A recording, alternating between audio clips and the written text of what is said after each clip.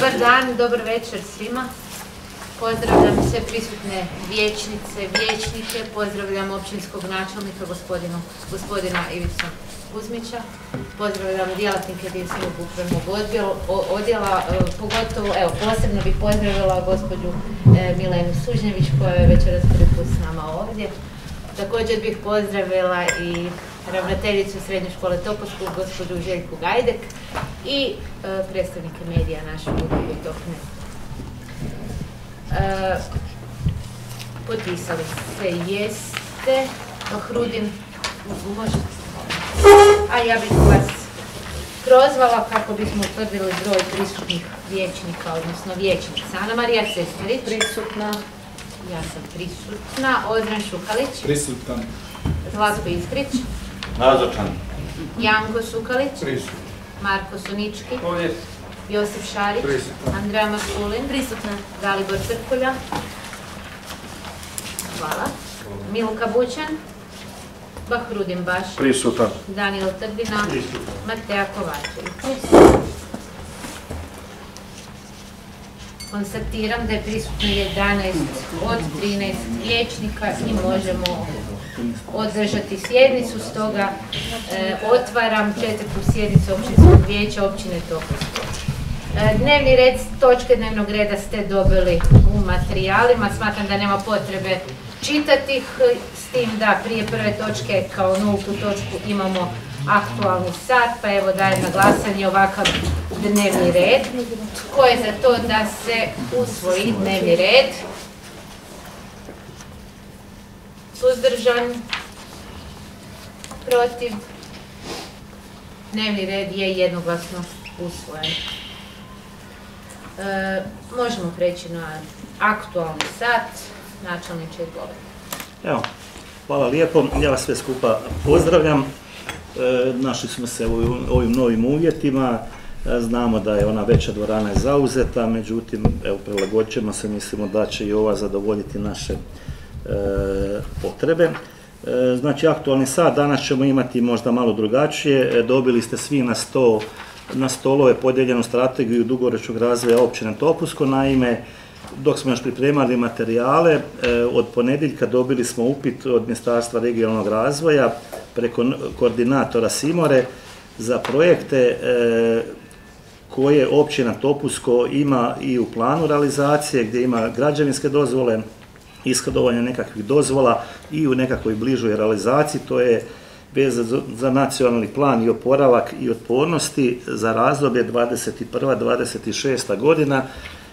Ako se sjećamo, znači, to smo prošlo mandatu pred kraj i početkom ove donesli također strategiju kao jedan opširni dio, a iz te strategije sada smo izvukli one projekte koji su nam najbliži i koji su već u fazi nekakvog projektiranja građevinskih dozvola, odnosno koje ćemo mi pokušati i realizirati. Znači, to su projekti prijavljeni i otišli su u Ministarstvo regionalnog razvoja i biti će nam nekakva vodilja, pa možemo reći to je okosnica za cijeli ovaj mandat, što ne znači da su samo ti projekti da će biti.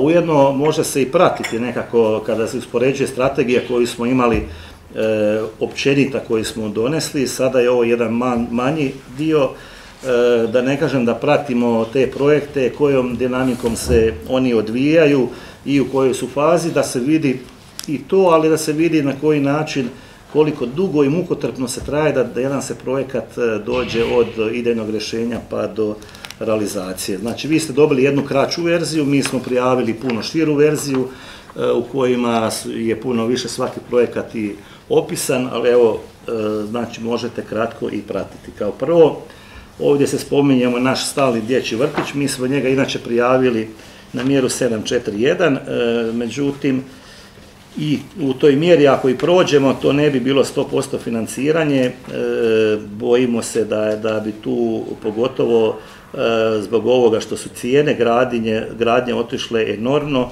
a znači sama mjera podrazumijeva negdje oko 1 milijun eura maksimalnu potporu, tako da mi smo ga normalno prijavili, ali u međuvremenu dobili smo upit i Ministarstva prosvjete, odnosno i kroz ovaj mehanizam za oporavak ja gotovo sam sigurni da ćemo taj dječji vrtić ići i proći jedan od mjera 100% financiranja, znači tu imamo građevinsku dozvolu, tu su nam svi papiri čisti, evo samo tražimo najbolji način gdje da ga jednostavno, da ne kažem utrpamo, gdje ćemo ga dobiti 100% financiranje. Vezano za dječji vrtić i realizaciju tog projekta je ovaj sljedeći učenički dom, evo tu je ravnateljica, pozdravljam i nju, znači stari dječji vrtić kojega evo ulažemo i malte ne dovešćemo ga do jedne dobre faze uporabljivosti još dugo vremena.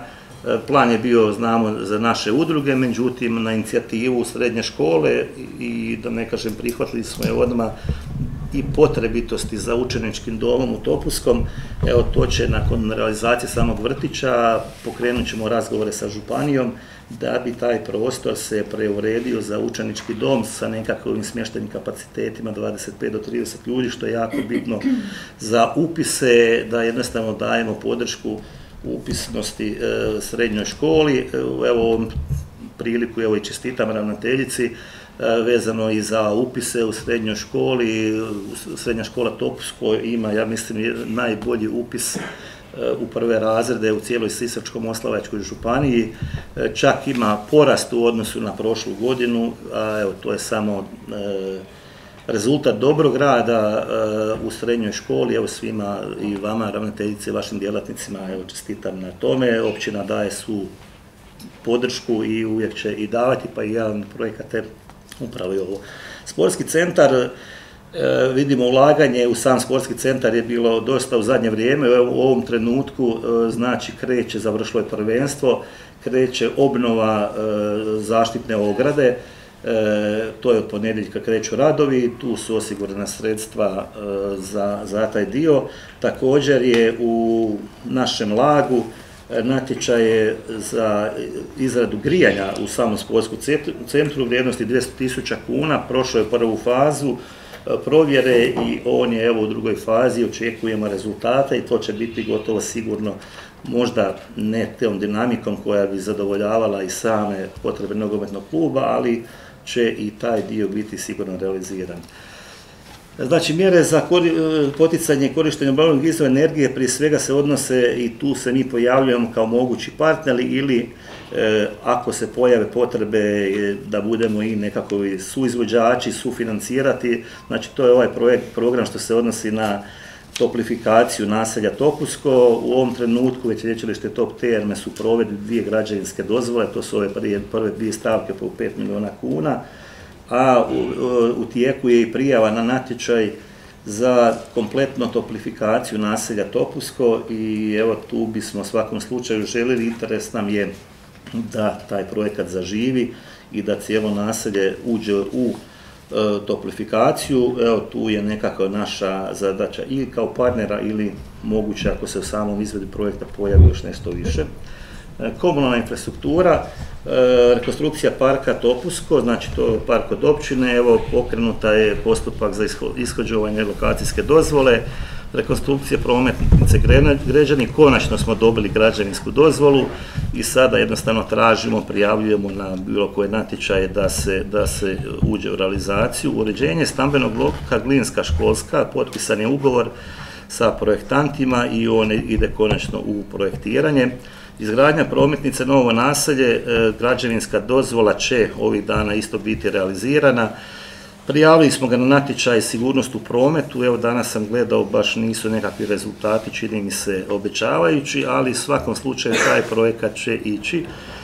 Tu ćemo se, to je oko 900.000 kuna, to je prometnica dužine nekakvih 150 metara, na toj prometnici je preko 140 stambenih objekata i u svakom slučaju ona je prioritet u mjestu za realizaciju i u taj dio krenut ćemo, evo svakako čim nam dozvole vidjet ćemo da li ćemo kod kojih ministarstva nešto uspjeti otkinuti i koliko novaca, ali on će ići.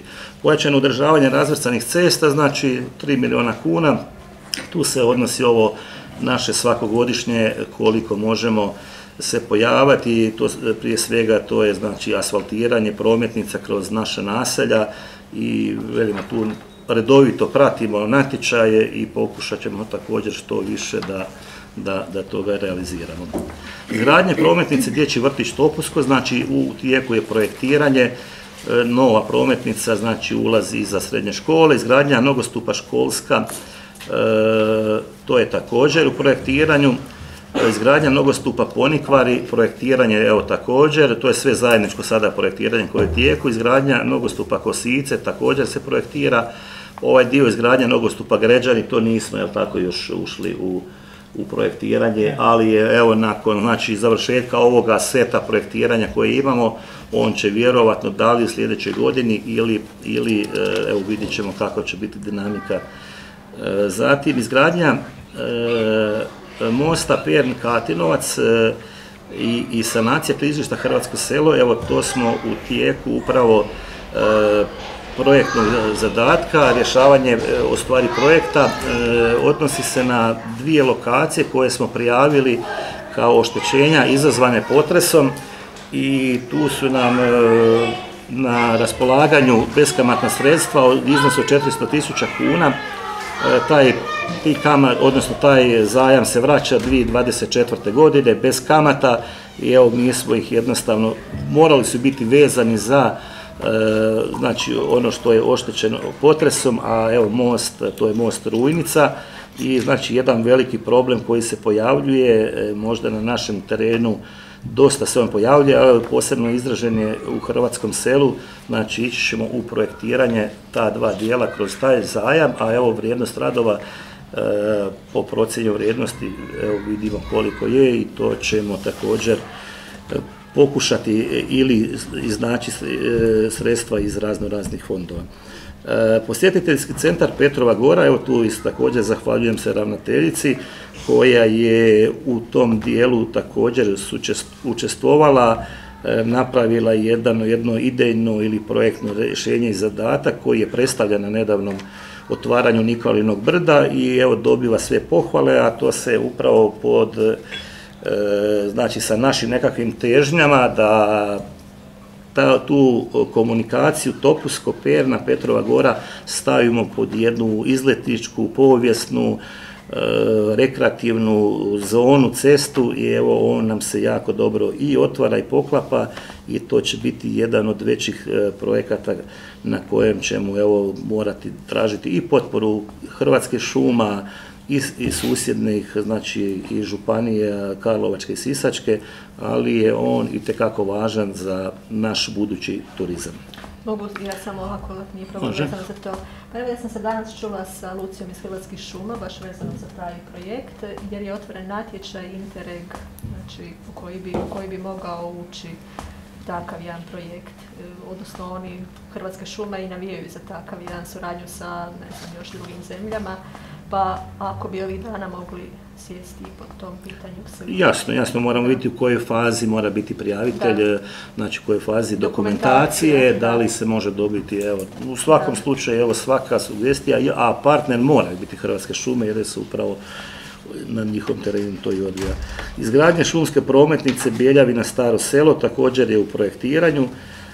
Ovdje sad za očuvanje okoliša, odnosno ono što se veže na naš vodovod i odvodnju, to je pročišćivanje otpadnih voda, o njemu smo razgovarali, nismo još nekakve konkretne zahvate započeli u Hrvatskim vodama, da li ga ostaviti gdje je, da li mijenjati lokaciju, uglavnom tu je još interes, odnosno svakako bi za naselje Topusko trebao napraviti taj pročišćivač. Kanalizacija naselje Topusko, lokacijska dozvola je dobivena konačno i idemo prema glavnom projektu, odnosno građevinskoj dozvoli, očekujemo do kraja godine, ako nije optimistično. Također je ista stvar i sa kanalizacijom Velika Vranovina, dobivena lokacijska, ide se prema građevinskoj dozvoli. Vidimo sami da su to projekti negdje oko 17, odnosno gotovo 18 milijuna kuna. Hrvatske vode, odnosno kroz sam mehanizam za oporavak i otpornost su predviđena upravo takve situacije, takvi projekti da se 100% i financiraju. Rekonstrukcija glavnog cjevovoda naselja Topusko, radi se znači od Ponikvara do Topuskog, nekako rekonstrukcija to je možda najbolniji dio u ovom trenutku gubitaka na terenu općine Topusko, to je stari cjevovod i evo također predano je, znači ide se za ishođavanje lokacijske dozvole.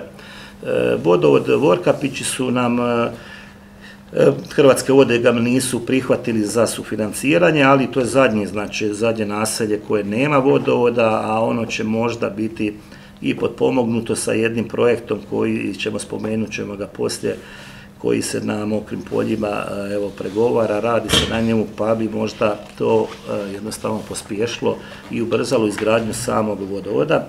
Rekonstrukcija tlačnog cjevovoda Perna-Blatuša, to je projekat koji trebamo sa susjedom općinom Vrgimost, da znači od crpilišta Perna do vodosprema Blatuša, također jedna trasa sa dosta gubitaka, ali to je dio zajedničkog projekta.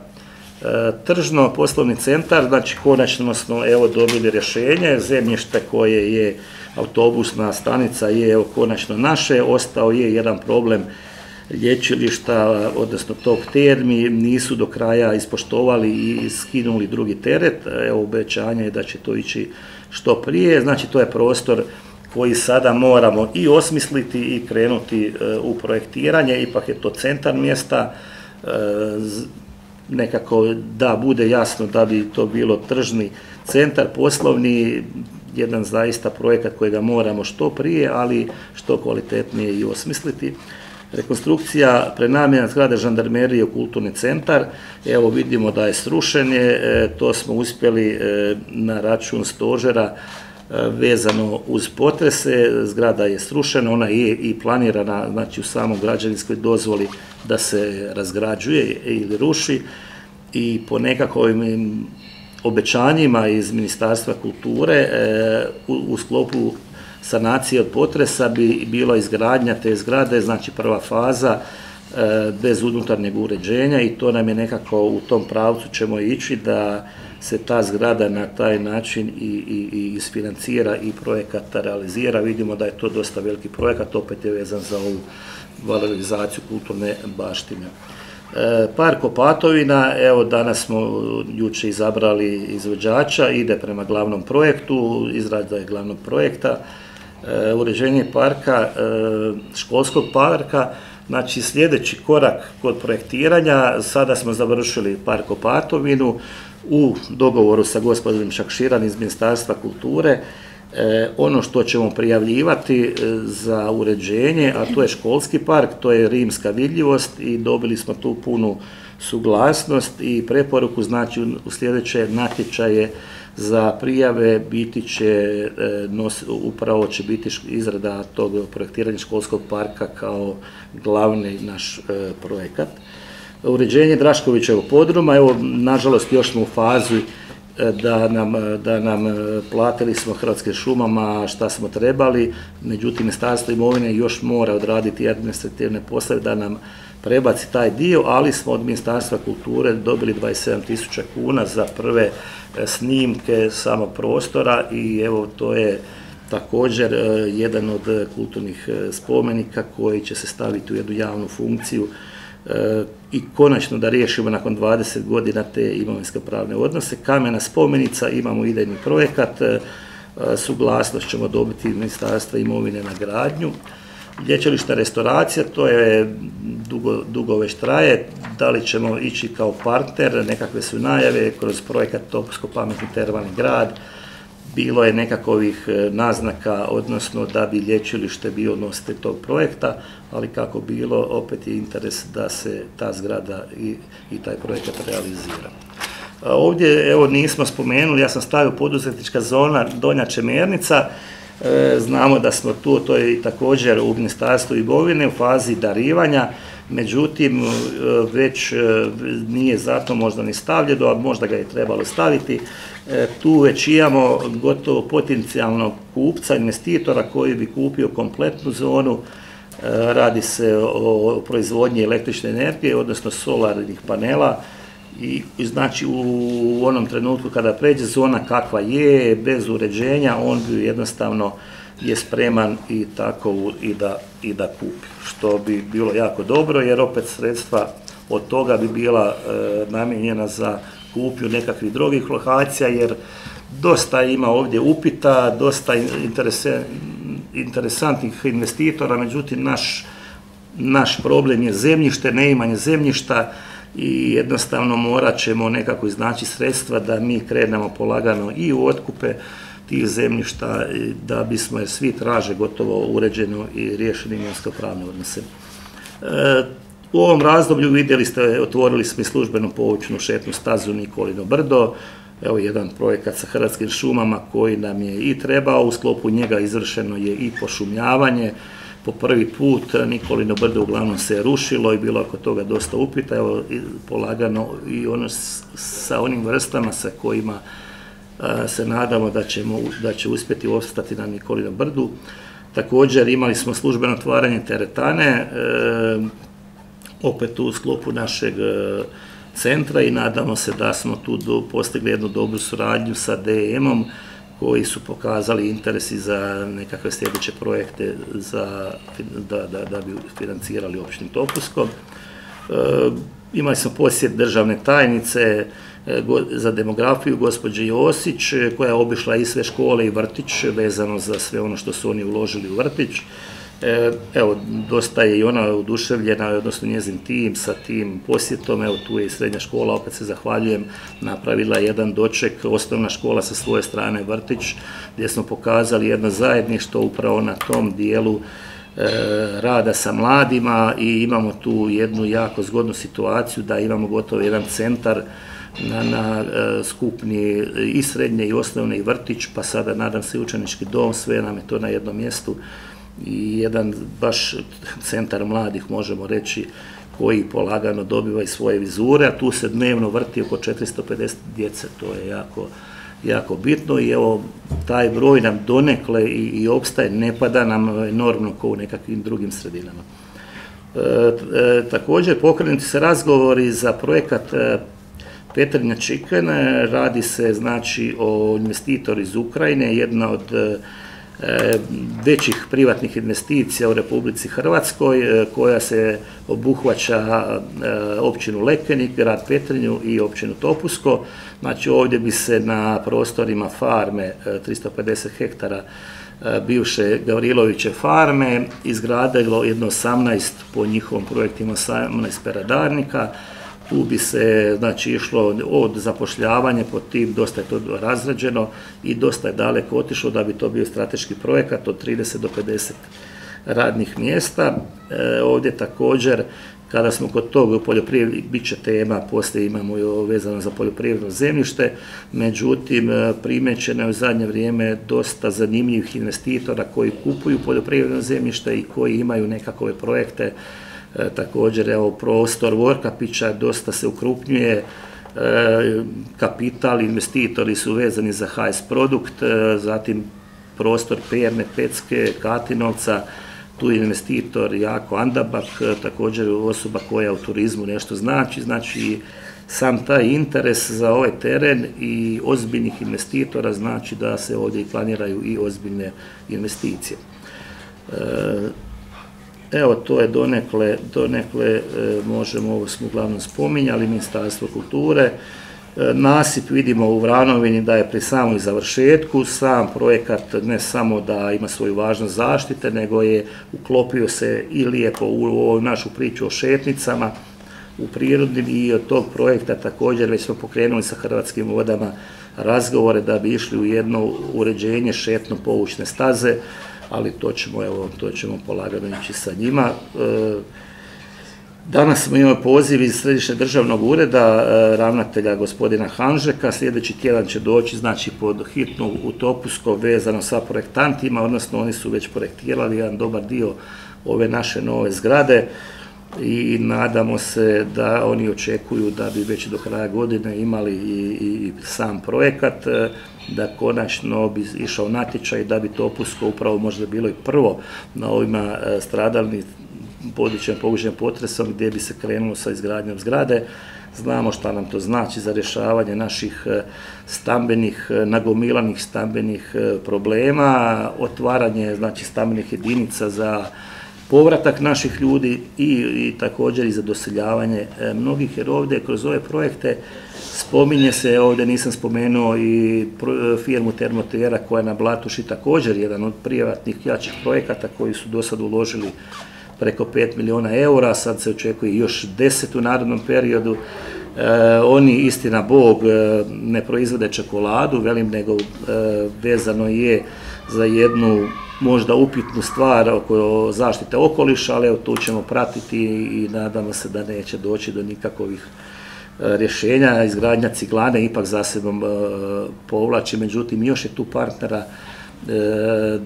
Dosta projekata se spominja, ali tu je upravo se pojavljuje, već sad se pojavio problem radne snage i znači da bi mi mogli privlačiti radnu snagu kao jedan od preduvjeta i glavnih je upravo osigurati smještajne kapacitete i gotovo sigurno da ćemo sa ovakvom jednom zgradom sa 70 stanova to i osigurati. Vi uvijek imate dosta toga za reći u aktualnom satu, što je pohvalno, znači da se uistinu i radi i ima dosta toga na vidiku što će se raditi. Pa evo, vijećnici, imate li kakvo pitanje ili pitanja?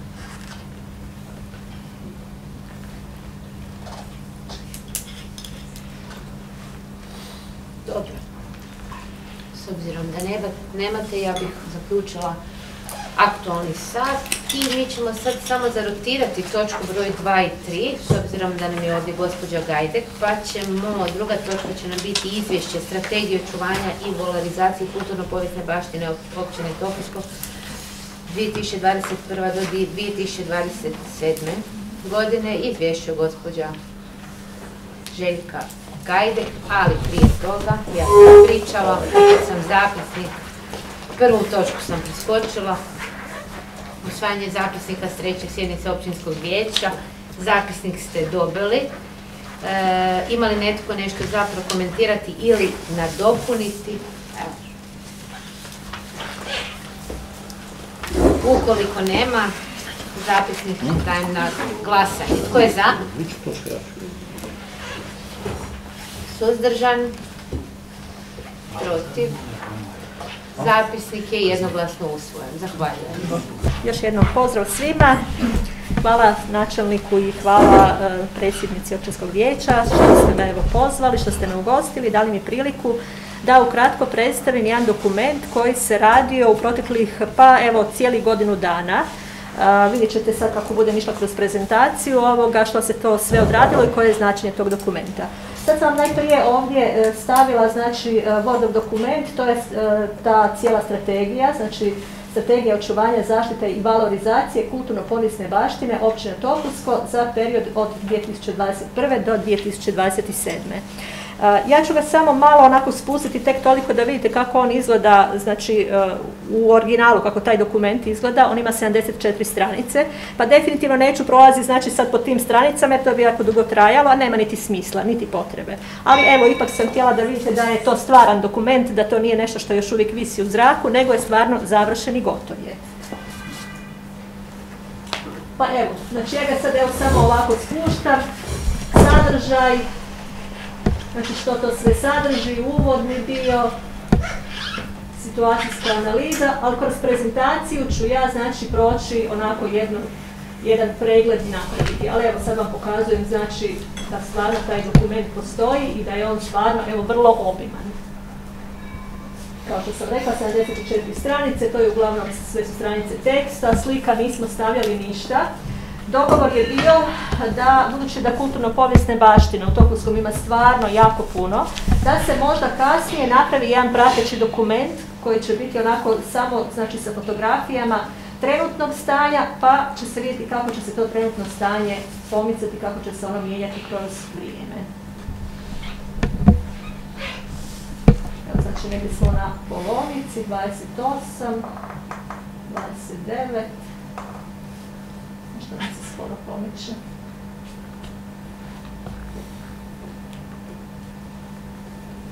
Tablice su sa pokazateljima financijskim, turističkim, evo sad da je Marko tu i on bi rekao nešto možda po tom pitanju. I onda su ovo sad planski dokumenti, ali kažem kroz prezentaciju ću pokazati i reći što se to konkretno radilo.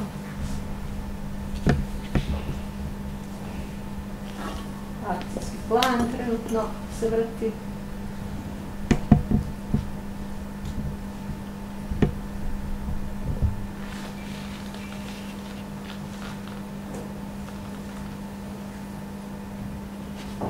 Evo.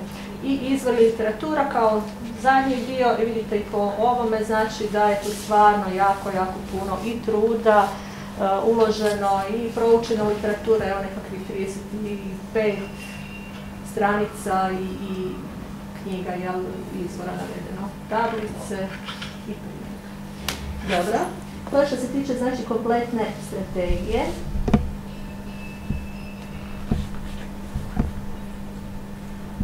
A idemo sad na prezentaciju. Evo, znači, kao što sam rekla, strategija očuvanja, zaštite i valorizacije kulturno-povijesne baštine općine Topusko 21-27. U uvodnom dijelu nalazi se, znači, evo sama inicijativa za donošenje ovakvog jednog dokumenta 30.11.2020. godine, znači kao što sam i rekla prije godinu dana, naš načelnik, gospodin Ivica Kuzmić, donio je odluku o imenovanju stručnog tima za izradu strategije. Stručni tim je proveo niz radionica na kojima je razmotrena analiza stanja, izvršena SWOT analiza, formulirana vizija te određeni ciljevi, prioriteti, mjere i aktivnosti za provedbu strategije. Tijekom rada članovi stručnog tima konzultirali su predstavnike relevantnih ustanova i organizacija s ciljem uključivanja širokog kruga javnosti u proces donošenja dokumenta važan za cjelokupni razvoj općine Topusko. Pa evo, ja imam popis, ne znam koliko vi to vidite, popis osoba koje su činile stručni tim, neke od njih su evo i ovdje među nama, pa ja ću vam to pročitati tek toliko da vidite koliko je to ljudi bilo uključeno i da je stvarno širok krug ljudi, znači nisu svi, ne znam, samo zastupljena općina ili samo škola ili samo, ne znam, jedan segment, nego stvarno se nastojalo dobiti ljude iz svih relevantnih ustanova s područja Topuskog. Evo, znači, moje ime kao koordinatorica, i samo može i... može. Zatim imali smo i dvije osobe izvana koje nisu s područja Topuskog, to su Josipa Bago i Selma Boljubašić. Obje su studentice poslijediplomskog sveučilišnog specijalističkog studija priprema i provedba EU projekata. Zatim je tu bio Marko Butina u ime turističke zajednice općine Topusko, Lazo Čučković u ime arheološke udruge Kremen, Ivana Abramović-Krmpotić u ime općine Topusko, Ivica Kireta tada u ime općine Topusko, Branko Kuzmić, Narodna knjižnica i čitaonica Topusko, Goran Lukarević, Top Terme Topusko, doktorica znanosti Sanja Lončar sa Filozofskog fakulteta Sveučilišta u Zagrebu, odsjek za etnologiju i kulturnu antropologiju, doktorica znanosti Ivana Miletić-Čakširan iz Ministarstva kulture i medija, odnosno konzervatorskog odjela u Sisku, Gordana Plemenčić i Dijana Ščrbak iz Srednje škole Topusko. Zatim su još bili i suradnici, Đurđa Kovačević u ime KUD-a seljačka sloga Gređani, Jana Markulin, osnovna škola Vladimir Nazor Topusko, Vladimir Rođenić općina Topusko, Jelena Roknić općina Topusko i Goran Rukavina, naš frak Goran, župa pohoda Blažene Djevice Marije Topusko. Evo, znači stvarno je bila brojna ekipa.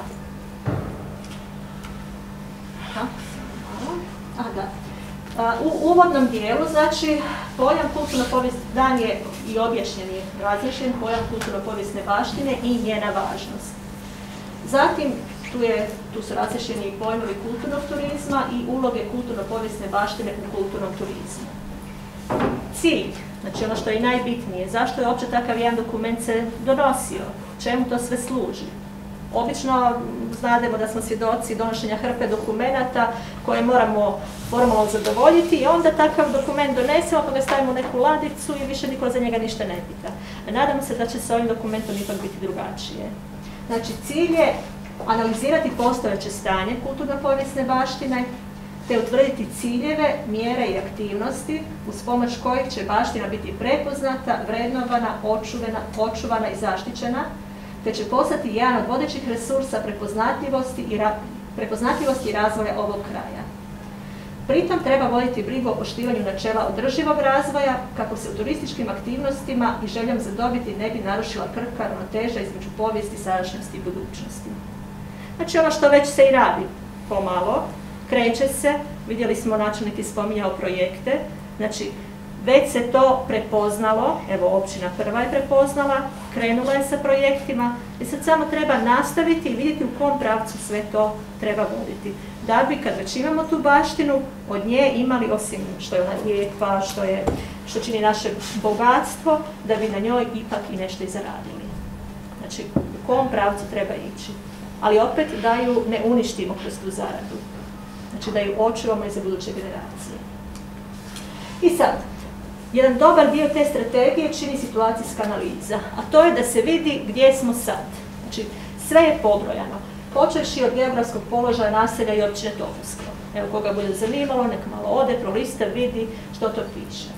Zatim, sastavnice povijesti naselja i općine Topusko. Počevši od prapovijesti, rimsko razdoblje, cistercitsko razdoblje vojne krajine, 20. i 21. stoljeće. Dalje, pregled kulturno-povijesne baštine općine Topusko, nepokretne, pokretne i nematerijalne. Nepokretnu kulturnu baštinu općine Topusko čine. Sad, to je sve pobrojano, znači, ja sam sad samo naslove stavljala. Povijesna naselja i dijelovi naselja, povijesne građevine i sklopovi, tradicijsko graditeljstvo, elementi povijesne opreme prostora, industrijska i tehnička baština, memorijalna baština, arheološka nalazišta i kulturni krajolik. To je znači sve nepokretno. Za svaki od elemenata izvršen je opis stanja, te su istaknuti problemi i potrebe.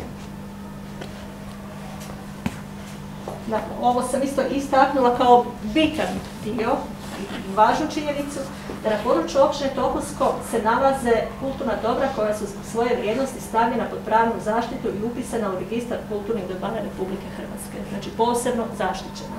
Ja ću sad samo kratko pobrojati, iako vjerujem da sigurno vi znajete, možda ne sva, ali za neka sigurno znajete da su zaštićena. Arheološko nalazište Turska kosa, ostaci starog grada Pernika, kulturno-povijesna cjelina naselja Topusko, kompleks ruševina Cistercitske opatije, memorijalno mjesto zgrade restorana Lječilišta, Pavlinski samostan Svetog Petra na Petrovoj gori i tradicijska okućnica na kućnom broju 21 u Petni. U pokretnu materijalnu baštinu ubrajamo muzejsku građu, arhivsko gradivo i knjižničnu baštinu. Znači i to je ono što imamo od tih bogatstava u našoj općini, našem mjestu. Nematerijalnu baštinu imamo, tu su pjesme, plesovi, narodni običaji, tradicionalna gastronomska ponuda i topovina. Zatim smo proučili zakonodavni okvir i strategiju uskladili sa čitavim nizom zakona, počevši od međunarodnih, od konvencije Ujedinjenih naroda, pa na državnoj razini, regionalnoj razini, općinskoj i evo, znači došli smo i do ove strategije. Što se tiče upravljanja kulturno-povijesnom baštinom, znademo da baštinom upravlja konzervatorski odjel Ministarstva kulture i medija sa sjedištem u Sisku, upravlja općina Topusko, tu su organizacije civilnog društva i vlasnici materijalnih kulturnih dobara. Način kako se ta baština čuva i štiti kroz manifestacije i događanja i kroz aktivnosti zaštite i očuvanja od strane javnog, privatnog i civilnog sektora. Zatim, pobrojali smo, vidjeli smo koji su to ljudski resursi, s kojim to osobama možemo, na koje osobe možemo računati, na čiji to rad možemo računati kad je u pitanju kulturno-povijesna baština. Proučili smo ekonomske pokazatelje, financiranje znači kulturno-povijesne baštine i stanje gospodarskih aktivnosti i vidjeli ono što se, kad uđete u tu strategiju, ono što se da zaključiti da je to stanje takvo da se puno ulaže, a da se vrlo malo iz baštine dobiva. Znači, mi na području naše općine nemamo niti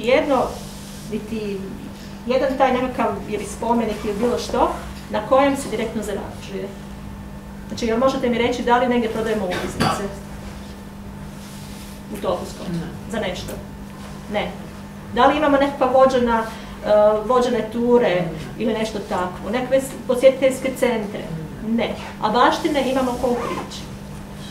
Znači, puno ulažemo u baštinu, sad smo u toj fazi, ali nekad treba uložiti da bi kasnije se to vratilo. Znači, ali takvu situaciju treba promijeniti. Kad se već puno uloži, onda i ta baština nama to mora početi na neki način vraćati. Znači, evo, taj dio. Odnos kulturno-povijesne baštine i obrazovanja kroz škole i turizam kulturno-povijesne baštine, što možemo reći da je prisutan. Uz ovaj turizam lječilišni, kupališni, imamo onda i situaciju da ljudi dolaze i obilaze atrakcije. Nakon toga je napravljena SWOT analiza. SWOT analiza je znači jedna analiza prilika u kojima se nalazimo, onih naših unutrašnjih i vanjskih iz vanjskog okruženja. I ta SWOT analiza je pokazala da općina Topusko ima bogatu kulturno-povijesnu baštinu. Da je ta baština resurs od iznimne važnosti, međutim, nije u dovoljnoj mjeri prepoznata, te u proteklom periodu, znači, baština nije adekvatno uključena u kulturni i gospodarski razvitak.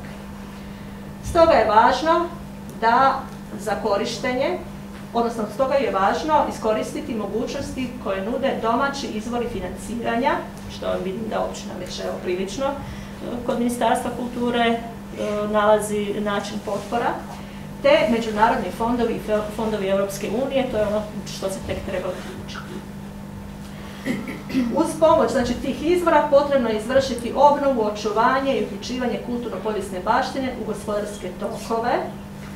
Pritom je neophodno potaknuti poduzetničke inicijative privatnog sektora i snažnije uključiti organizacije civilnog društva. Znači mi imamo situaciju da samo gledamo što će to općina napraviti. I razmatramo, a općina je ovo napravila, općina ovo nije napravila. Ne može općina sve napraviti. Znači i privatnici bi se trebali uključiti i organizacije civilnog društva, to su udruge, sa nekakvim svojim idejama, s nekakvim projektima i pomagati, jel?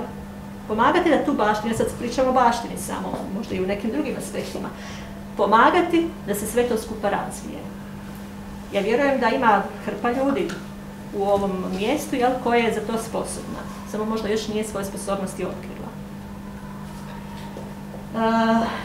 Uključiti što veći broj pripadnika lokalne zajednice, to je jako bitno, to je za održivost bitno. Jer ako mi nešto umjetno postavimo, a ljudi to nisu prepoznali, nisu shvatili da je to njihovo u biti, onda to neće ni cijeniti. Znači moramo i ljude, znači cjelokupnu zajednicu, zainteresirati za baštinu. I da se kod nas razvije svijest da je to u biti od svih nas. Da taj nekakav projekt nije općinski projekt, što ga je općina pokrenula, ali on pripada nama, kao društvu. Dobro, nakon toga je napravljen plan razvoja. Napravljena je, odnosno definirana je vizija.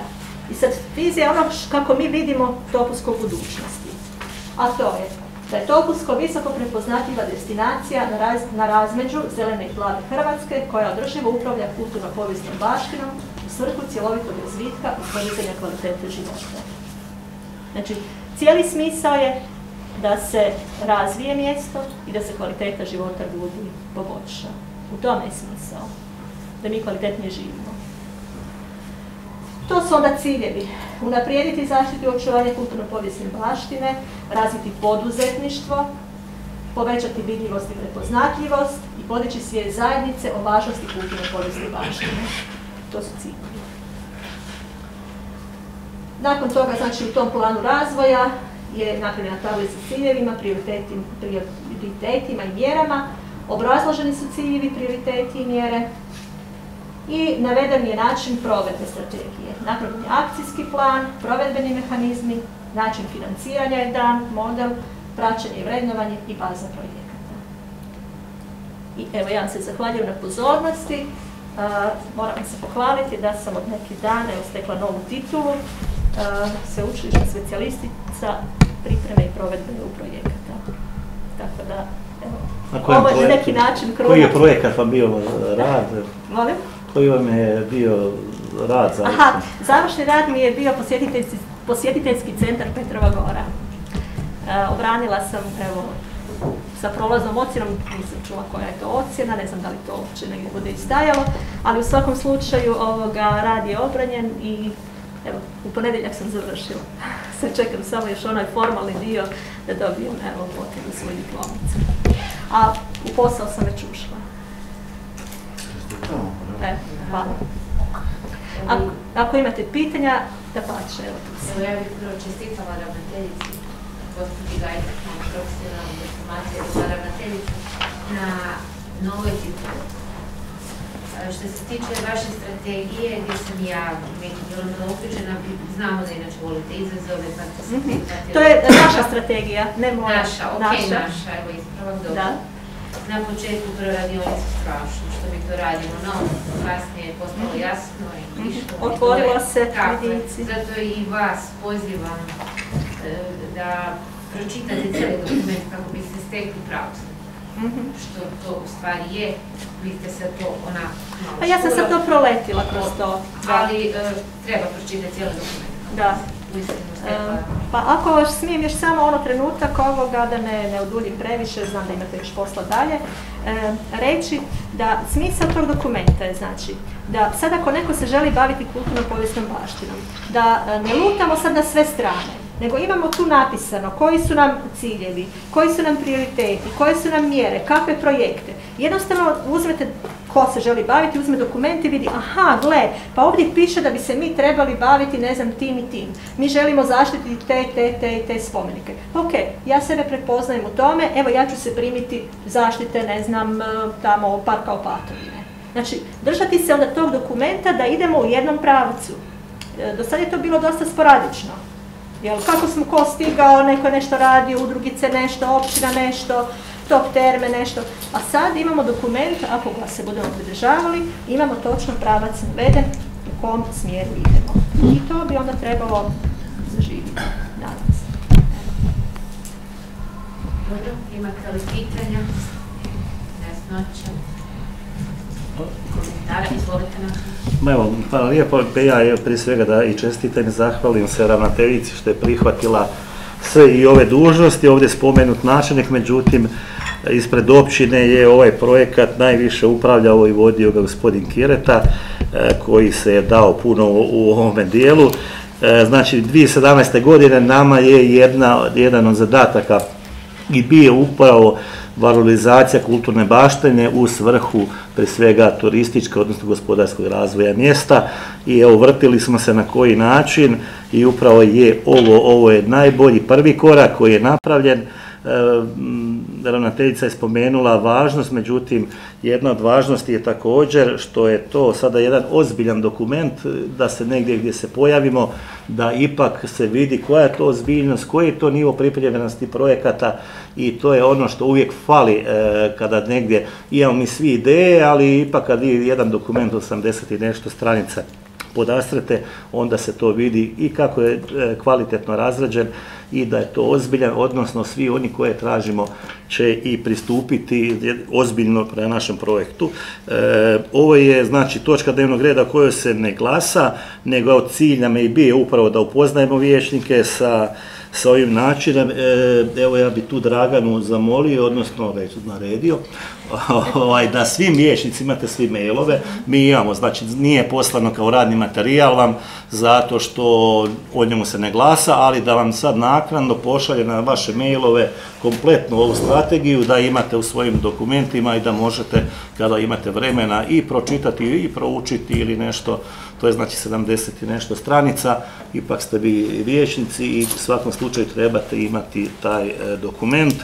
Spomenuli smo u ovoj strategiji kratkoj, odnosno prijavi projekata, jako puno je stvari iz ove strategije dotaknuto, a vidjeli smo na početku, vrtio nam se i kalendar općine Topusko za sljedeću godinu kao jedan gdje je također se upravo bila prezentacija i propagiranje kulturne baštine općine Topusko kroz sam kalendar i evo imat će i svi građani, nadamo se što više građana i gledajući u taj kalendar, ujedno i gledati tu kulturnu baštinu naše općine i neki se upoznavati, neki se posjećati i upravo ne to i bit da jednostavno probudimo kod građana, kod svih nas i tu jednostavno sferu te kulturne važnosti, a nadamo se situacija je kakva je sa koronom, ali proći će i to i mi se pripremamo za razdoblje nekakvog normalnog turizma, vidimo da je stremljenje i kontinentalni turizam, razvoj kontinentalnog turizma zajedno sa lječilištem Topusko i top termama,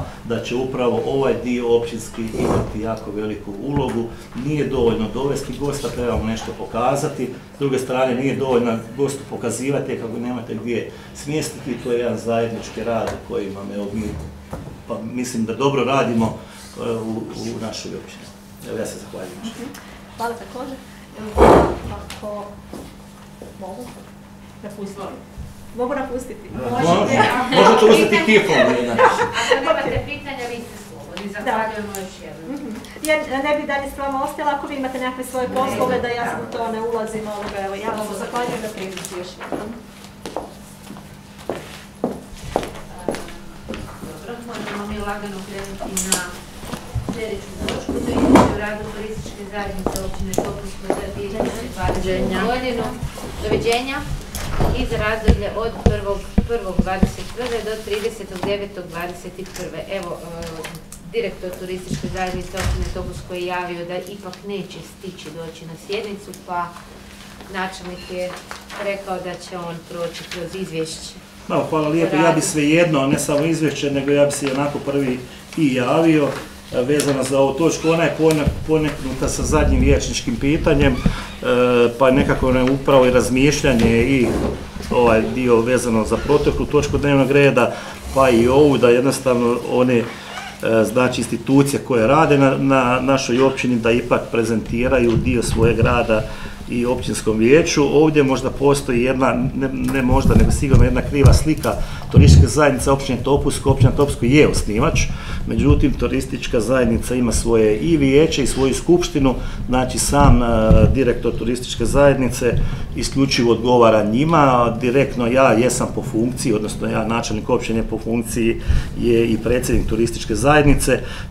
Slična je situacija i u Crvenom križu, kada smo imali ovu malo medijsku gungulu kod Crvenog križa, onda se i to iznjedrilo. Znači, to su institucije kojima mi jesmo osnivači, ali koji ipak za svoj rad imaju i tijela kojima odgovara i kojima biraju, ali što ne znači da nemaju nekakvu, pod navodnim znacima, i moralnu i obavezu da ipak od svog osnivača obavijeste o nekakvom radu. Evo, žao mi je što gospodin Trkulja, koji je postavio pitanje i na nekakvi način mi smo pripremili ova izvješća i mislili samo poslati u materijalu, ali ipak da se ipak stavi i ta tema. Evo ovdje imate, mislim, oko izvješća o radu za prvi 9 mjeseci i za prošlu godinu. To jesu upravo te kritične godine vezane za koronu. Jasno je da upravo je turistička zajednica i sa svoje prihodovne strane, a pogotovo na one drugoj strani, to je svoje vidljivosti događanja i manifestacija čiji jesu oni glavni nositelj, njih uglavnom i nije bilo ili su održane u nekakvim skromnim uvjetima. Možda ipak treba upoznati sigurno vijećnike sa činjenicom da je prihod turističke zajednice, znači kako se stvara turističko vijeće, njega čine oni koji uplaćuju, što je možda jedan od najpravednijih. Znači u turističkom vijeću sačinjavaju svi oni koji plaćaju članarinu turističku i plaćaju pristojbe, i to je znači prije svega tu su top terme koje su do izbijanja korone sudjelovali sa nekakvih 95-96% od ukupnih znači uplata turističke takse i pristojbe, tako jasno je zašto, to je znači imaju ovaj dio hotela, 220 i nešto soba na raspolaganju, i upravo je dolaskom i policije taj prihod je znatno porastao, međutim nekakvim zakonskim odredbama jednostavno je radnici na terenu nisu više bili uzeti kao za plaćanje turističke pristojbe i jednostavno možda onaj zakonodavac nije predvidio sigurno Topusko, gdje je 2/3 kapaciteta top terme, to je negdje od 150 do 170 kreveta, je cijelu godinu zauzeto sa policijom, znači, a oni su upali u tu kategoriju neplaćanja, i to je nekakav prihod kada se zna da je sada po novome 10 kuna dnevno po jednom, to ispada nekakav ukupan godišnji prihod preko 500.000 kuna, od čega je 360.000 kuna pripadalo turističkoj zajednici, od čega je 10%, znači gotovo oko 100.000 kuna išlo direktno općini Topusko, i to su sredstva bez kojih se je ostalo.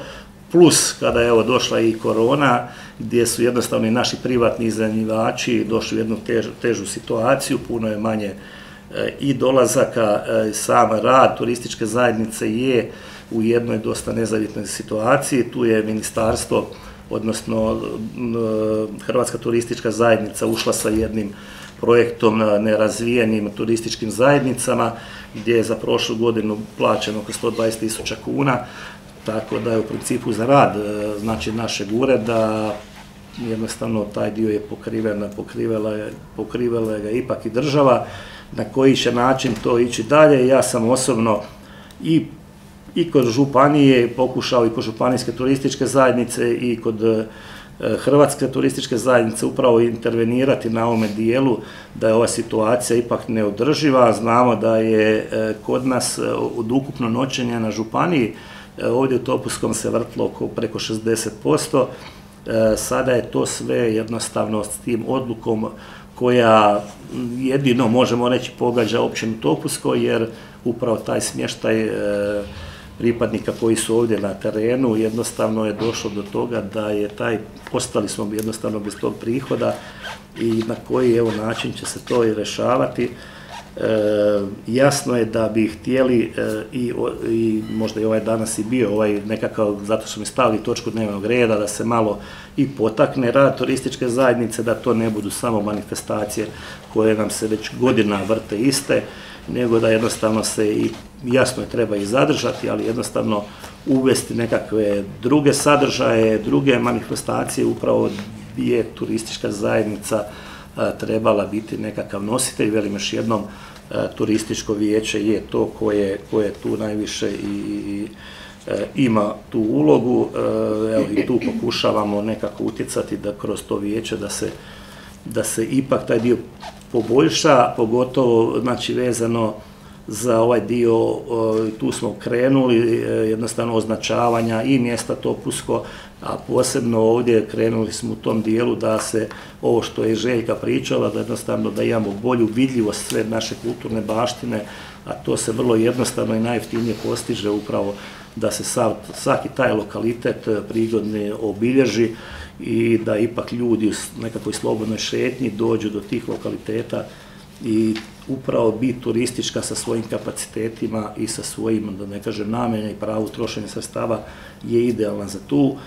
Evo, to ćemo pokušati, međutim, velim, donekle su ipak ta sad sredstva dosta ograničena, svi smo u tome da vidimo kakva će biti sama situacija i sa koronom i sa posjetiteljima, jer evo, maltene gosti hotela i sada su slično od policije, od stradalnika, od domova za stare i nemoćne, to su sve kategorije koje nisu i oni koji dolaze na liječenje, koji ne podliježu plaćanju turističkih pristojbi. Hotel nam je pun, a ispadne negdje da se pojavi nekada 20, 30, 40 ljudi, možda dnevno, a nekada nijedan. To je sad jedna situacija koja loše financijski u svakom slučaju utječe na rad turističke zajednice. Evo sad ako ima nekakvih ili pitanja, ili ćemo pripremiti pitanja pa ćemo za drugu sjednicu odgovore, ono što bi direktor turističke zajednice nam i sam možda priopćio, ali ukratko je ta problematika koja pred nama evo stoji već 2 godine i koja u svakom slučaju neće biti tako brzo rješiva. Dobro, imam pitanje. Ako nema, s obzirom da je ovo izvješće, točka ne ide na glasanje, možemo preći na sljedeću točku, to je prijedlog odluke o raspisivanju javnog natječaja za imenovanje ravnatelja Narodne knjižnice i čitaonice Topusko. Gospođo Antonija, izvolite. Hvala. Općina Topusko je osnivač ustanove koja se zove Narodna knjižnica i čitaonica Topusko. U daljnjoj priči koristit ću termin samo knjižnica.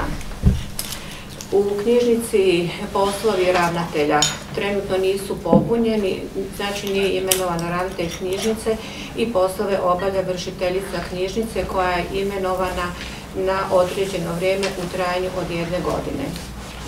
Obzirom da mandat vršiteljice dužnosti uskoro izlazi, potrebno je provesti postupak radi izbora ravnatelja knjižnice.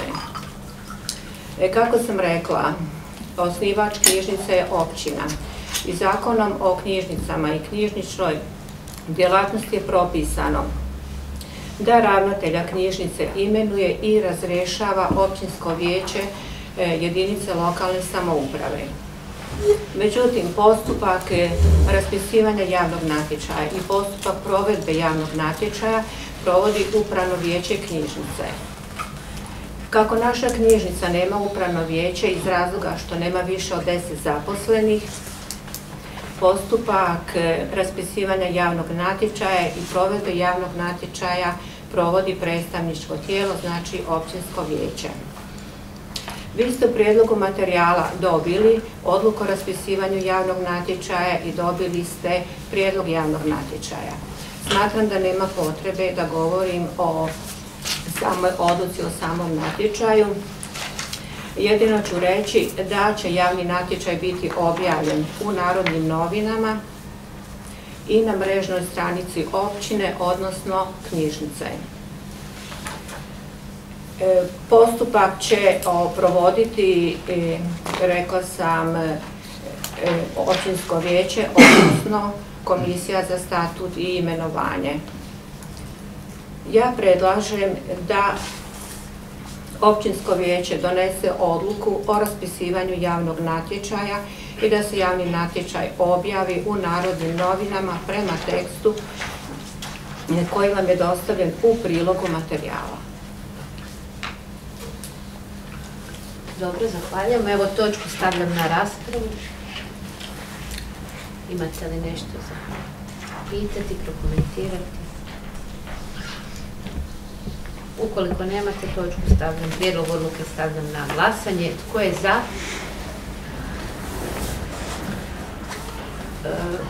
Jednoglasno usvojeno, nema potrebe za zadnjim pitanjima. Prijedlog odluke je jednoglasno usvojen.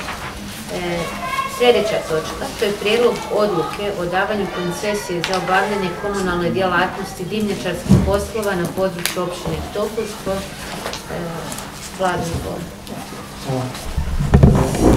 Predmet ove odluke je davanje komunalne djelatnosti dimnjačarskih poslova na području općine Topusko. Dosadašnji 5-godišnji ugovor o koncesiji je istekao i stoga smo pokrenuli postupak, odnosno natječaj o dodjeli nove koncesije. Natječaj je objavljen 21.9. ove godine u Narodnim novinama, odnosno u elektroničkom oglasniku Narodnih novina. Rok za dostavu ponuda je bio 21.10. U roku za dostavu ponuda pristigla je samo jedna ponuda i to ponuda ponuditelja dimnjačarska radnja Kušan, vlasnik Tihomir Kušan, on je i dosad bio koncesionar. Ponuda je pregledana, ona je uredna, potpuna i valjana i stoga smo predložili ovom odlukom da se odabere imenovani ponuditelj. Rok na koji se daje koncesija je 5 godina, koncesijska naknada mjesečna je 150 kuna, za razdoblje od 5 godina ona iznosi 9.000 kuna. Ovom odlukom ovlašćuje se općinski načelnik da potpiše ugovor sa ponuditeljem. Kod potpisivanja ugovora ponuditelj je dužan dostaviti bjanku zadužnicu kao jamstvo za uredno izvršenje ugovora. Uz odluku dobili ste i cjenik, znači ponudbeni list i cjenik dimnjačarskih usluga koje je ponuditelj dostavio u ponudi. Znači usvajanjem same ove odluke usvaja se i ovaj cjenik. Evo, ako imate kakvo pitanje, slobodno pitajte.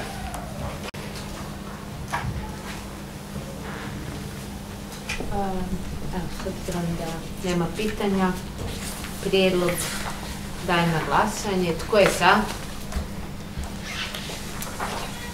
Jednoglasno usvojeno. Zahvaljujem. Idemo na sljedeću točku. Prijedlog odluke o poništenju odluke o donošenju prve izmjene i dopune programa raspolaganja poljoprivrednim zemljištem u vlasništvu Republike Hrvatske na području općine Topusko. Vlado, izvolilo. Na prošloj sjednici općinskog vijeća donesli smo odluku o donošenju prvih izmjena i dopuna programa raspolaganja poljoprivrednim zemljištem. Predmet tih izmjena bio je oblik raspolaganja poljoprivrednim zemljištem gdje smo htjeli omogućiti da se neke čestice mogu staviti u prodaju. Znači to su manje čestice koje graniče sa česticama koje su u privatnom vlasništvu, a za koje smo imali interes privatnih osoba. Odnosilo se na katastarske općine Katinovac, Vorkapić i Staro selo Perna. Prije samog usvajanja odluke zatražili smo prethodno mišljenje Sisačko-moslavačke županije. Oni su nam dali pozitivno mišljenje. Nakon donošenja te odluke istu smo morali dostaviti u ministarstvo na naknadnu suglasnost. Obzirom da se dio čestica koje smo stavili kao prijedlog za prodaju, da su dijelom javno vodno dobro, što su Hrvatske vode stavile u svom očitovanju prilikom usvajanja programa raspolaganja poljoprivrednim zemljištem, ministarstvo nam nije dalo tu suglasnost. Te čestice mogu ići u prodaju, međutim mi bi prethodno morali napraviti parcelaciju. Sama ta parcelacija košta više nego što bi mi dobili od prodaje tih čestica, tako da nam se to ne isplati. Iz tog razloga su oni dali negativno mišljenje na ovaj prijedlog i tražili su da ponovimo postupak, jednostavno da te čestice brišemo iz tog prijedloga. Da bi to mogli napraviti, znači prvi korak je da poništimo ovu prethodnu odluku i ponovimo postupak iz početka, donesemo novu odluku o pokretanju postupka, provedemo ponovo javnu raspravu i izlaganje i naknadno ponovo tražimo i prethodno mišljenje županije i suglasnost ministarstva, s tim da smo se dogovorili da ćemo u ići postupka neslužbeno zatražiti njihovo očitovanje, tako da ne moramo slučajno da ima nekakvih potreba ponovo staviti to na vijeće. Evo. Dobro, također evo imali pitanje. Ukoliko nema, odluku i dopunu također dajem na glasanje. Tko je za? Tko je za? Tko je suzdržan? Ja sam za. Protiv? Zaspremno. Zamislio se. Znači jednoglasno. Čisto. U redu. Sljedeća točka. Prijedlog odluke o pokretanju postupka izmjena programa raspolaganja poljoprivrednim zemljištem u vlasništvu Republike Hrvatske na području općine Topusko. Vlade. Evo, ta se odluka nadovezuje na onu prethodnu, kao što sam rekao, na sljedeći korak je da se donese odluka o pokretanju ponovnog postupka. To je ova odluka identična kao i ona prethodna.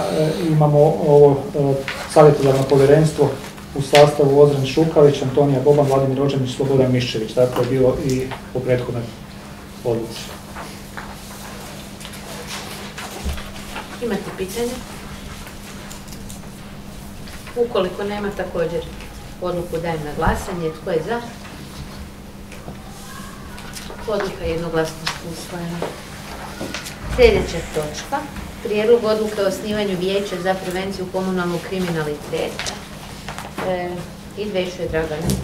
Izvolite. Hvala. Dakle, na temelju članka 31 statuta općine Topusko predlažem donošenje odluke o osnivanju vijeća za prevenciju komunalnog kriminaliteta na području općine Topusko. Ta prevencija se prvenstveno odnosi na suzbijanje nasilja u obitelji, delikvencije djece, maloljetnika, mlađih punoljetnika, zlouporaba droge, dakle suzbijanje svih oblika kriminaliteta i nasilja na području naše općine, a to se provodi samim partnerstvom i zajedničkim planiranjem djelovanja tijela javne vlasti, ustanova i drugih pravnih osoba. Članovi se imenuju na 4 godine, evo s obzirom da je mandat članova vijeća istekao, odnosno istječe, predlažem osnivanje vijeća kako je pobrojano sa članovima u materijalima koje ste dobili. To je to tako, da? Dobro, imate li pitanja? Ukoliko nemate, odluku o osnivanju vijeća dajem na glasanje. Tko je za? Jednoglasno usvojeno. Hvala.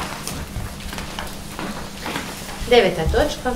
Prijedlog odluke o davanju suglasnosti na plan upisa u dječji vrtić Topusko za predškolsku 2021. na 2022. godinu. Izvješćuje gospođa Milena Slušnjević. Dakle, sukladno zakonu o predškolskom odgoju i obrazovanju, članku 35, upravno vijeće vrtića između ostalog odlučuje o upisu djece i o mjerenjima upisa uz suglasnost osnivača. Kako je općina Topusko osnivač dječjeg vrtića, potrebno je dati suglasnost na plan upisa u dječji vrtić za predškolsku 2021. 2022. godinu. To je cijela ta točka. Dobro. Evo, točku stavljam na raspravu. Imate li pitanja? Ukoliko nemate, odluku dajem na glasanje. Tko je za?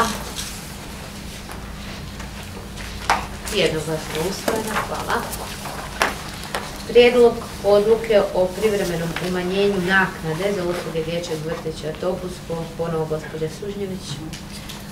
Sukladno odluci o mjerilima za utvrđivanje naknade za usluge dječjeg vrtića, roditelji na ime naknade za pružene usluge plaćaju mjesečno iznos od 500 kuna. Kao i prošle godine, s naslova provedbe projekta održavanje i razvoj predškolske djelatnosti Središnjeg državnog ureda za demografiju i mlade osigurana su sredstva za umanjenje te naknade za iznos od 200 kuna za svako upisano dijete za razdoblje od 1.3.2021. do 28.2.2022. godine. I to je ta odluka. U redu. Imate pitanje? Izvolite. Ja ću sam uključiti se vezano za raspravu. Znači, uspjeli smo i ove godine donesti i kod ovog plana upisa. Moramo reći, možda i spomenuti, ne znam je li to spomenuto, da je broj djece u vrtiću porastao. To je uvijek, nije to nekakav bum djece kod nas, nego jednostavno uvjeti koje smo u ovome, da ne kažem 3-4 godine uspjeli stvoriti i financijske, a i one materijalne u vrtiću upravo su rezultat da je interes upisa i velik, jednostavno po cijeni od 300 kuna sa uslugama koje su prije svega, iako zadovoljavajući u vrtiću, upravo i imamo taj jedan relativno dobar i porast djece i evo nam mjera hvale vrijedna. Između ostalog, ta sredstva se ne troše samo, dio sredstava se troši za subvenciju, a dio je znači opet za uređenje, to je negdje odnos pola-pola, od tih 220.000 kuna, oko 110 će ići 11 mjeseci umanjenje za svu djecu po bilne, a drugih 110.000 kuna će se uložiti za poboljšanje uvjeta. Konkretno radi se sada izmjena podloga u svim učionicama i evo, imamo i nedavno inspekcijski nalaz, nekakvo otklanjanje vezano za instalacije. Evo, uglavnom, sredstva su dobro došla i koristimo ih, mislim, jako dobro. U redu. Ukoliko nema dalje pitanja ili komentare, točku dajem na glasanje. Tko je za? Jednoglasno usvojeno. Zahvaljujem. Sljedeća točka, prijedlog odluke o davanju suglasnosti na statut dječjeg vrtića Topusko. Izvolite. Dakle, isto kao i za plan upisa u dječji vrtić, sukladno Zakonu o predškolskom odgoju i obrazovanju, statut dječjeg vrtića donosi upravno vijeće vrtića uz prethodnu suglasnost osnivača. Dakle, upravno vijeće dječjeg vrtića Topusko dostavilo je prijedlog statuta na razmatranje. Statutom dječjeg vrtića pobliže se uređuje ustrojstvo, ovlasti, način odlučivanja pojedinih tijela vrtića, vrste i trajanje pojedinih programa, uvjeti i načini davanja usluga, radno vrijeme vrtića, javnost rada i druga pitanja važna za obavljanje djelatnosti i poslovanje dječjeg vrtića. Dakle, dobili ste statut u materijalima, odnosno prijedlog statuta i prijedlog odluke. U redu. Imate pitanja? Izvolite nam. Evo, ja ću samo dodati još, znači, sav ovaj sad set dokumenata je, znači, dobili smo ispred upravnog vijeća na prijedlog ravnateljice. Ovdje možda treba spomenuti da su neki ti akti bili na snazi od osnutka, od 1998. godine, da je trebalo dosta toga i uskladiti.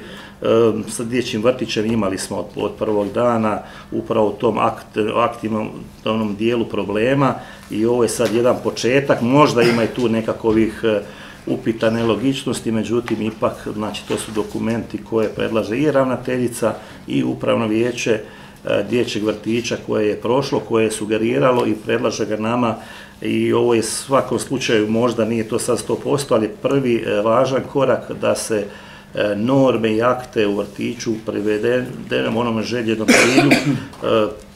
Evo, doći ćemo i do one točke gdje prije svega to se odnosi i na koeficijente, jednostavno još uvijek je ta situacija u vrtiću nije željena, nije, evo, spominjemo ga stalno, spominjemo koliko u njega ulažemo sredstava, koliko smo, vidjet ćemo, i korektni i prema zaposlenicima, ali evo, to su ovi prvi koraci, a evo, pozivam da ipak podržite, možda ima negdje nekakvih, može se skrenuti i pisanim oblikom nekakve možda nelogičnosti, ali ipak to je organizacijski dio rada vrtića, gdje mi ipak, evo, možemo samo ili popratiti ili reći nezadovoljni smo pa možemo smijeniti, znači sad je to, ali u svakom slučaju, evo, to je nekako početak i tog dijela, možda nikad nije kasno. Ja se zahvaljujem. Dobro, pa evo točku dajem na glasanje. Tko je za? Jednoglasno usvojeno. 12. točka. Prijedlog odluke o davanju suglasnosti na pravilnik o unutarnjem ustrojstvu i načinu rada dječjeg vrtića Topusko. Dakle, isto kao i za statut, pravilnik o unutarnjem ustrojstvu i načinu rada dječjeg vrtića kao javne službe donosi upravno vijeće vrtića uz prethodnu suglasnost osnivača. Pravilnikom o unutarnjem ustrojstvu i načinu rada pobliže se uređuje unutarnje ustrojstvo, način obavljanja djelatnosti dječjeg vrtića kao javne službe. Dobili ste isto prije. U redu. Točku dajem na raspravu. Imate li tu pitanja, komentara? Ukoliko ne, možemo pristupiti glasanju. Tko je za prijedlog odluke? Jednoglasno. Zahvaljujem. I zadnja točka. Prijedlog odluke o koeficijentima složenosti poslova u dječjem vrtiću Topusko. Dakle, također na prijedlog dječjeg vrtića, usklađivanje koeficijenata složenosti poslova radnika dječjeg vrtića s uredbom o nazivima radnih mjesta i koeficijentima složenosti poslova u javnim službama i sukladno članku Zakona o predškolskom odgoju, članku 51 Zakona o predškolskom odgoju i obrazovanju. Dobro, točku dajem na raspravu. Načelniče. Ma evo samo obrazloženje, znači također ovdje je bilo, i to je ono najosjetljivije kad se radi o novcima, sve su drugi akti, donekle također se želi uskladiti jer tu je bilo dosta i nelogičnosti od nekakve situacije da dodatak, znači na staž preko 20 godina su imale isključivo samo odgajateljice, da nisu drugi, znači radnici imali, od toga da odgajateljice čak u svojoj nekakvom početnim koeficijentima nisu bili isti koeficijenata. Evo također se želi donekle staviti i ispraviti, jasno je da svako misli da je najviše i ovdje se ipak, odnosno postoji jedan na nivou države problematika gdje nema ujednačenosti kriterija za te koeficijente. Ovdje je da ne kažem pravilo bi, oni se zakonski naslanjaju na predškolski i školski dio i oko koeficijenata i svih prava, međutim osnivači su gradovi i općine, jedinice lokalne samouprave koji to financiraju. To je ta nelogičnost da oni koji donose nekakve zakone ne učestvuju ništa u financiranju. I zato imamo jako, evo ja sam bio sad u zadnje vrijeme i na nekakvim seminarima koje sam dikat organizirao za predškolstvo i samo Ministarstvo demografiju gdje je taj problem apostrofiran, odnosno to sam ja spomenuo i na zadnjem kada je gospođa iz demografije bila, samo funkcioniranje i trošak dječjeg vrtića je preveliki teret za lokalnu samoupravu i da bi tu država svakako morala ne samo ući sa nekakvim jedinstvenim kriterijama za sve, a ona ako uđe, onda je jasno da će morati to i financijski podmirivati, zato je to takva situacija kakva je. One sredine koje imaju i više novaca, tako se i odnose, one koje imaju manje, jednostavno su tu djelatnici stavljeni u jednu dosta nezgodnu situaciju. I ja ću ovdje spomenuti, spomenuo sam to i ravnateljici, odnosno i djelatnicima, da je recimo za vrijeme korone su dosta vrtića isplatilo minimalce, mi nismo. Znači, naš odnos i prema djelatnicima i prema koeficijentima, pa i ovdje, evo, ipak je donekle pokušali smo staviti u nekakav korektan odnos, nisu to prevelike plaće rad sa djecom, ali opet u odnosu na nekakve druge i susjedne vrtiće, mislim da smo bili i tu pošteni i ono što uvijek velimo, puno ulažemo u vrtić i tražimo od njih da puno daju. Evo sada jasno da tu uvijek ima na vagi ko više, ko manje, i od toga uvijek imamo ono što donekle bode oči je koeficijent ravnateljice koji je relativno nizak, ali ona je sama to predložila, pa neću mi sad ići, da ne kažem, u tom dijelu, evo, to je sad ostaje. Jasno da je tu upitnost i svih drugih djelatnika kako to najbolje poravnati. Ovo je nekakav inicijalni prijedlog, pa evo, ali problematika financiranja dječjih vrtića općenito u Republici Hrvatskoj, a vezano za demografsku obnovu, odnosno ovaj popis će pokazati koliko je to porazno, da jednostavno se država mora uključiti u taj dio, pogotovo se to odnosi na manje sredine, u nekakav model pomoći financiranja, jer mi evo trošimo preko 1.200.000 kuna za jedan vrtić sa svojim realnim prihodom od 4,5 do 5 milijuna kuna, i to je jedan pokazatelj koliko se ulaže u ovoj sferi. Tema, velim, osjetljiva, svima bi trebalo više, ali evo, ovo je nekakav dokument za raspravu.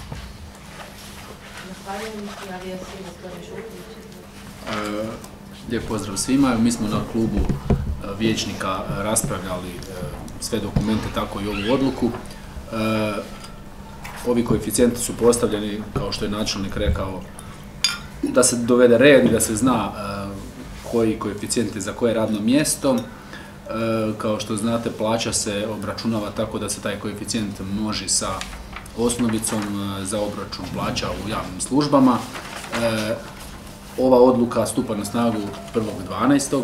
a od 1. siječnja sljedeće godine Vlada Republike Hrvatske je donijela odluku o minimalnoj plaći koja u neto iznosu iznosi 3.750 kuna, pa onda ovi koeficijenti koji se odnose na spremačicu od 0,7 i kuharicu od 0,85 bi i u netu i u brutu pale ispod minimalne plaće u Republici Hrvatskoj, pa je prijedlog kluba zastupnika, odnosno vijećnika HDZ-a, da se ti koeficijenti promijene na način da spremačica umjesto 0,7 ima koeficijent 0,85, a kuharica umjesto 0,85 0,95. Hvala.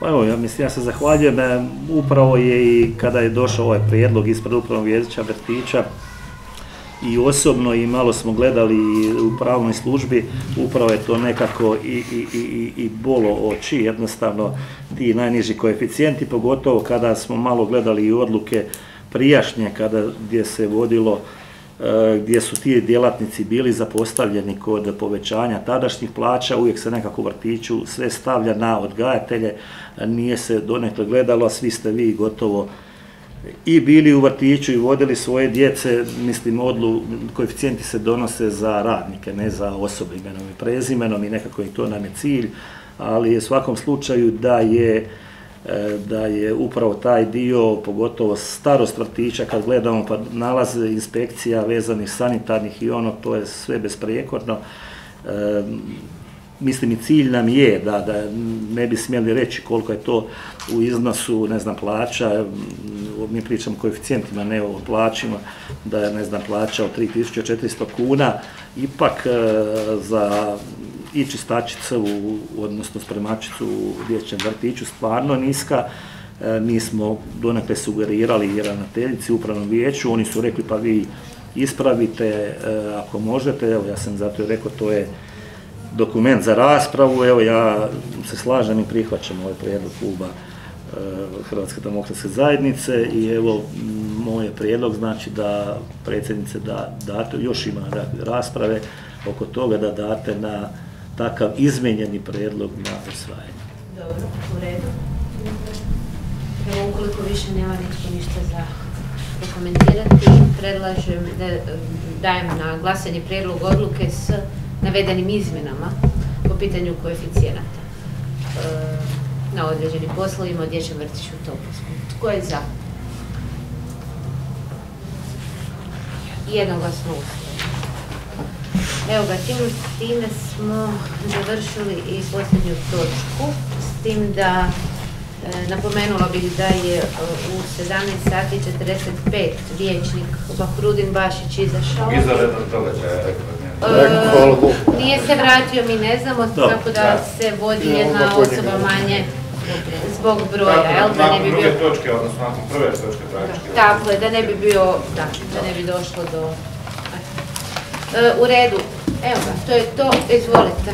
Ja ću na kraju samo, znači mi ćemo imati, neće biti svečane sjednice vezano za ovu situaciju. Imamo svakako i namjerno smo ispustili znači proračun, pokušat ćemo ga evo što prije, negdje do 15. ili prije da to bude radna sjednica, proračun ili još nekakva tema koja bi bila vezana ako se pojavi za sljedeću, pa evo ja i pozivam i da ne kažem donekle i sve vijećnike da bez obzira već i daju nekakve sugestije već kod, iako je to donekle već koncipiran proračun, da ipak mogu slobodno doći, dati nekakve sugestije, nekakve svoje viđenja, jer želimo da je taj dokument da se usvoji nekako konsenzusom, da ipak zadovoljimo ili objasnimo zašto nešto može ići ili treba ići, normalno da ne znamo ni mi šta bi, želja ima puno i potreba, ali evo, znači proračun nam je ipak nekakav kapitalni dokument za sljedeću godinu. Evo, do sad smo ove 4 godine se uspjeli usaglasiti i jednoglasno smo ga uvijek donosili. Nadam se da će evo, to i biti i za dalje praksa, ali normalno da ipak moramo ponuditi suradnju svima, da svi ravnopravno učestvuju i u donošenju tog dokumenta. Ovim završavamo sjednicu i do sljedećeg puta.